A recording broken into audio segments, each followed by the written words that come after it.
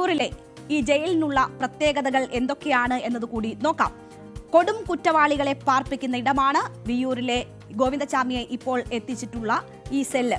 അവിടുത്തെ പ്രത്യേകതകൾ ശക്തമായ നിരീക്ഷണ സംവിധാനം ഉള്ള ഇടമാണ് വിയ്യൂരിലെ ഈ ജയില്. അവിടെ ജയിൽ ചാട്ടം അടക്കമുള്ള വീഴ്ച ഉണ്ടാകാതിരിക്കാനുള്ള വലിയ മുൻകരുതലുകൾ എടുത്തിട്ടുണ്ട്. ആ മുൻകരുതലുകൾ ഉള്ള സ്ഥലത്താണ് ഇപ്പോൾ ഗോവിന്ദചാമിയെ പാർപ്പിച്ചിരിക്കുന്നത്. അവിടുത്തെ ശേഷി 536 പേരെ പാർപ്പിക്കാൻ ശേഷിയുള്ള ജയിലിൽ വെറും 125 കൊടും കുറ്റവാളികൾ മാത്രമേ ഉള്ളൂ. അപ്പോൾ ആളുകൾ കുറയുന്നത് കൊണ്ട് തന്നെ അത്രയധികം സുരക്ഷ ഉറപ്പാക്കാൻ കഴിയും. ഇവരുടെ നിരീക്ഷണം സാധ്യമാകുമെന്നത് ഒരു പ്രധാനപ്പെട്ട കാര്യം. 4.2 മീറ്ററാണ് സെല്ലിന്റെ ഉയരം. ഫാനും കട്ടിലും CCTV നിരീക്ഷണവും വിയ്യൂർ ജയിലിലുണ്ട്. സെല്ലിലുള്ളവർക്ക് പരസ്പരം കാണാനോ സംസാരിക്കാനോ കഴിയില്ല. ഭക്ഷണം സെല്ലിൽ എത്തിക്കും. ഒപ്പം 6 മീറ്റർ ഉയരത്തിൽ 700 മീറ്റർ ചുറ്റളവിലാണ് ചുറ്റുമതിൽ. മതിലിൽ നിന്ന് 50 മീറ്റർ അകലെ ജയിൽ കെട്ടിടം. കോടതി നടപടികൾക്ക് പോലും ഇവരെ പുറത്തിറക്കേണ്ടുന്ന കാര്യമില്ല. കാരണം വീഡിയോ കോൺഫറൻസിംഗിലൂടെ അത്തരം നടപടികൾ പൂർത്തിയാക്കാനുള്ള സംവിധാനം കൂടി വിയ്യൂർ ജയിലിലുണ്ട്. അപ്പോൾ ടെലിമെഡിസിൻ സംവിധാനമുണ്ട്. 250ഓളം CCTVകളുണ്ട്. ഇതൊക്കെ കണ്ണൂർ ജയിലിലും നമുക്ക് എന്തൊക്കെ സുരക്ഷാ നടപടികൾ എന്ന് ചോദിച്ചാൽ ഇതിങ്ങനെ എണ്ണി പറയാൻ കുറെ കാര്യങ്ങളൊക്കെ ഉണ്ടാവും. പക്ഷേ അതൊന്നും പ്രാബല്യത്തിലായിട്ടില്ല. ആ സംവിധാനങ്ങളൊന്നും പ്രവർത്തിച്ചില്ല എന്നതാണ് വളരെ പ്രധാനപ്പെട്ട കാര്യം. ഫെൻസിംഗ് ഉണ്ടായിരുന്നു, പക്ഷേ അവിടെ വൈദ്യുതി ഇല്ലായിരുന്നു. അപ്പോൾ അതൊക്കെ ഈ ജയിലിലെ അന്തേവാസികൾക്ക് അറിയാം എന്ന എവിടെയൊക്കെ വീഴ്ചകളുണ്ട് എന്നത് അറിയുകയും ചെയ്യാമെന്നൊരു സാഹചര്യം ഉണ്ടായിരുന്നു. എന്തായാലും ഇപ്പോൾ വിയ്യൂരിനെ സംബന്ധിച്ച് ഇത്രയധികം സംവിധാനങ്ങളും സാഹചര്യങ്ങളും ഉണ്ട് എന്നതാണ് നമ്മൾ മനസ്സിലാക്കുന്നത്.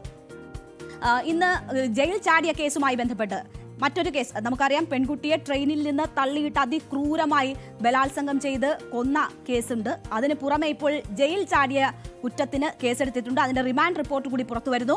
ഗോവിന്ദചാമിയുടെ സഹതടവുകാരെ ചോദ്യം ചെയ്യാനുള്ള നീക്കമുണ്ട്. തനിക്ക് ആരുടെയും സഹായം ലഭിച്ചിട്ടില്ല എന്നതാണ് ഗോവിന്ദചാമി പറയുന്നത്. പക്ഷേ ഗോവിന്ദചാമിയുടെ ആ മൊഴി പോലീസ് അത്ര വിശ്വാസത്തിലെടുത്തിട്ടില്ല. ചോദ്യം ചെയ്യലിൽ ഗോവിന്ദചാമി പല കാര്യങ്ങളോടും പ്രതികരിക്കുന്നുണ്ട്, പല കാര്യങ്ങളുമൊക്കെ പറയുന്നുണ്ട്. അപ്പോൾ അതെല്ലാം പൂർണ്ണമായും വിശ്വാസത്തിൽ എടുക്കുന്നില്ല. പോലീസിന് സംശയം ആരുടെയൊക്കെയോ സഹായം ലഭിച്ചിട്ടുണ്ട് എന്നത് തന്നെയാണ്. അപ്പോൾ അതുമായി ബന്ധപ്പെട്ടുള്ള പരിശോധനകൾ കൂടി നടത്തുന്നുണ്ട്. ഒരു സഹതടവുകാരന് മാത്രമേ താൻ ജയിൽ ചാടുന്ന വിവരം അറിയുക പോലും ഉണ്ടായിരുന്നുള്ളൂ എന്നതാണ് ഗോവിന്ദചാമി പറയുന്നത്. പക്ഷേ അതും വിശ്വാസത്തിലെടുത്തില്ല. നമുക്കറിയാം, ഈ ഹാക്സോ ബ്ലേഡൊക്കെ ഉപയോഗിച്ച് ഒരുപാട് ദിവസത്തെ പരിശീലനത്തിന് ശേഷമാണ് അത് മുറിക്കാനൊക്കെ കഴിഞ്ഞിട്ടുള്ളത്. മാത്രവുമല്ല, പുറത്തുനിന്ന് എന്തായാലും സഹായം ലഭിച്ചിട്ടുണ്ട് എന്നത് വസ്തുതയാണ്.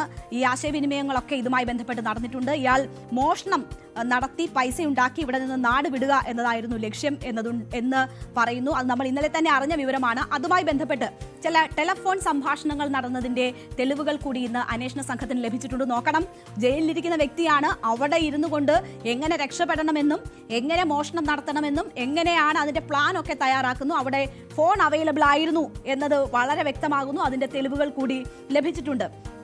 ഇതിന്റെ ശാസ്ത്രീയ പരിശോധന കൂടി പുറത്തു വരണമെന്നതാണ് പോലീസ് ഇപ്പോൾ ചൂണ്ടിക്കാട്ടുന്നത്. മാത്രമല്ല, നമുക്കറിയാം, സെല്ല് മുറിച്ചാണ് പുറത്തു പോയിരിക്കുന്നത്. അതുകൊണ്ട് തന്നെ പൊതുമുതൽ നശിപ്പിച്ചതിന്റെ ഒരു കേസ് കൂടി ഗോവിന്ദചാമിക്കെതിരെ എടുക്കുന്നു.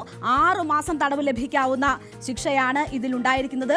ജയിലിലെ അഴി മുറിച്ചതിനാണ് ഗുരുതര വകുപ്പ് ചുമത്തിയത്. ഇതോടെ ആ ശിക്ഷ ഉറപ്പാക്കും. എന്തായാലും അപ്പോൾ വലിയ രീതിയിലുള്ള നടപടികൾ ഈ വിഷയവുമായി ബന്ധപ്പെട്ട് മുഖ്യമന്ത്രിയുടെ അധ്യക്ഷതയിൽ നടന്ന യോഗത്തിൽ സമഗ്രമായ ഒരു അന്വേഷണം നടത്താനും മറ്റ് ജയിലുകളിലെ സാഹചര്യങ്ങൾ ഉറപ്പുവരുത്താനും തീരുമാനമായിരിക്കുന്നു. ഈ ഗോവിന്ദചാമിക്കെതിരെ ജയിൽ ചാടിയതിന് കൂടുതൽ വകുപ്പുകളൊക്കെ ചേർത്ത് കേസെടുക്കുകയും ചെയ്തിരിക്കുന്നു എന്നതാണ് സാഹചര്യം. അതീവ സുരക്ഷയുള്ള വിയ്യൂർ ജയിലിലേക്ക് ഗോവിന്ദചാമിയെ മാറ്റുകയും ചെയ്തിരിക്കുന്നു. അതാണ് ഗോവിന്ദചാമി ജയിൽ മാറിയതുമായി ബന്ധപ്പെട്ട വിഷയത്തിൽ ഇന്നുണ്ടായിട്ടുള്ള ഡെവലപ്മെന്റ്സ്.